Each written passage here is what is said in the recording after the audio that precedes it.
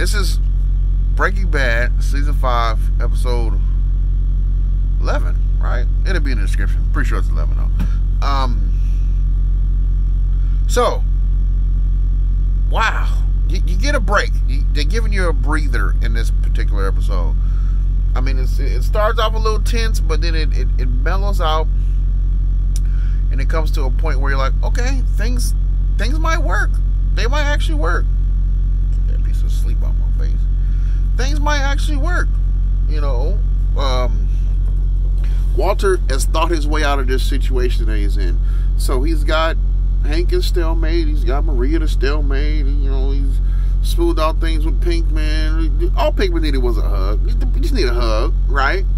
No, wrong. It was working.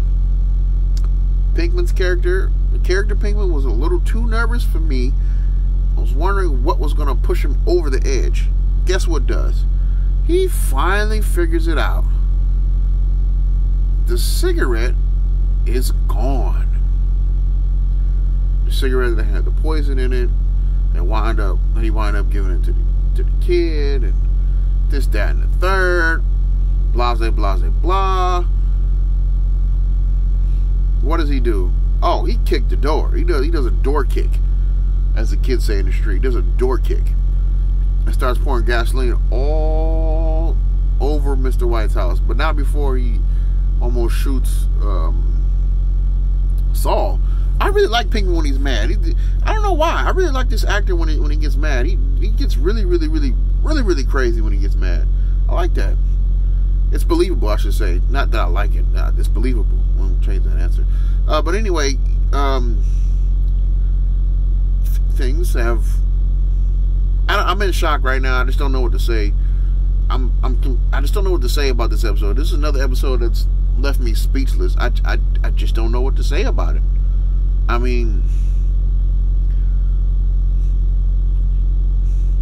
it's like Mr. White's threatening checkmate, right? At a certain point in this episode, Mr. White's threatening checkmate, but with Pinkman coming in there, you realize it's not a game. This has serious consequences. Oh man, I don't know. I think they should have watched him a little bit more. They should have made sure he did what he needed to do instead of just sending him off on his own accord, because it gives him time to think. When you leave somebody by themselves, it gives them time to think about what they're about to do. And of course, in the course of him thinking about what he needs to do, he finds out that cigarette's gone. I know I'm dwelling on that for longer than I probably should, but that was the last thing that happened in that episode. It's just, I can't believe the events turned to this, you know. But what has me more shocked about that is the fact that things had mellowed out, like I said, in earlier on in the episode. So, you know, Mr. White thought his way out of this situation. You know, Hank can't really do anything. His hands are tied. He can't pursue because he's tied up in it, because he's some of that money paid for his medical bills. And oh, Mr. White is brilliant. He has made a confession tape basically incriminating Hank of being the mastermind. Come on, dude. Come on. How brilliant is that? Right? And the way it's structured inside the episode, they show you the first clip of it where he says, "Hi, I'm Walter White, blah, blah, blah, blah. This is my confession." You see that? You go, damn, don't give up, White. And they steer you down that direction of thinking, oh, man, Mr. White's giving up. You know, the conversation between him and his wife, oh, Mr. White's giving up, man. Oh, I can't believe it. That's what I was thinking. But it's like an instance after an instance where your head just you get completely turned on your head. So, whew, man. What else happened in this episode? I'm still stuck on that. I can't remember anything else that happened in this episode. That's bad on my part. But, geez, I have to wait. I have to wait a couple of days to do another one. Because now I'm just like, I'm still thinking. You know, I'm still lost. Can't believe it. Can't believe it. Well, I guess I can talk about Marie. That's the sister, or your sister-in-law, the sister-in-law to Mr. White. Her opinion on it is basically similar to Mrs. White's opinion on the situation at one point. She hasn't basically given up, but she's like, I see her as being, well, my husband's a DA. He can do anything. Just do it. Oh man, they have a cold conversation at the restaurant. So Mr. White's smart. This is basically after they're exhausted all their options. Hank is still boiling mad at the situation. Marie's like, we have to handle it, So Mr. White brings him to give him the confession tape. Mr. White brings him to a public place, which is good. And I can't leave out the fact that the server comes up and is doing a normal service thing. He's trying to get good tips and be a great server. But at the end of it, he can sense like, oh, I need to just leave. Because, nobody's talking. You can hear a pin drop. Everybody's pretty intense. The fact that they would take the time to add that into the show, just, it adds a level of authenticity. I said the word so wrong. Don't judge me.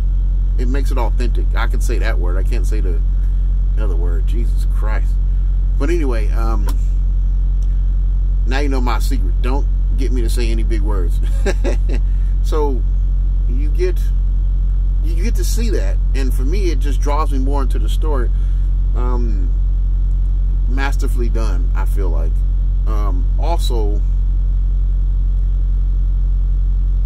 Mr. White thinking like that, but knowing the past episodes, you expect Mr. White to think his way out of the situation. It almost feels like he doesn't know what he's doing. I'm jumping all around, I know, but he comes back to the car wash. Things are pretty much normal at this point in the episode. He has left the revolver inside the soda machine. People think of the craziest places to put weapons, and when you need them, it's always a rush or a struggle to get to them. But I guess you feel you would get more confidence from knowing that it's there rather than like having it on your person. I think if you're really about that life, then you would have it on your hip or right here in your stomach. That's what I would think, and you would be dry fire training and all this other stuff. I watch videos. Of course, I don't do it. I don't do that. Let's see what else happened in this episode. Saul gets beat up. Pinkman's in a rage. Mr. White sees what Pinkman really needs. Just needs a hug. But this is before. I think even in this episode, you get to see Mr. White. By this time, would that be Mr. White's second or third assistant?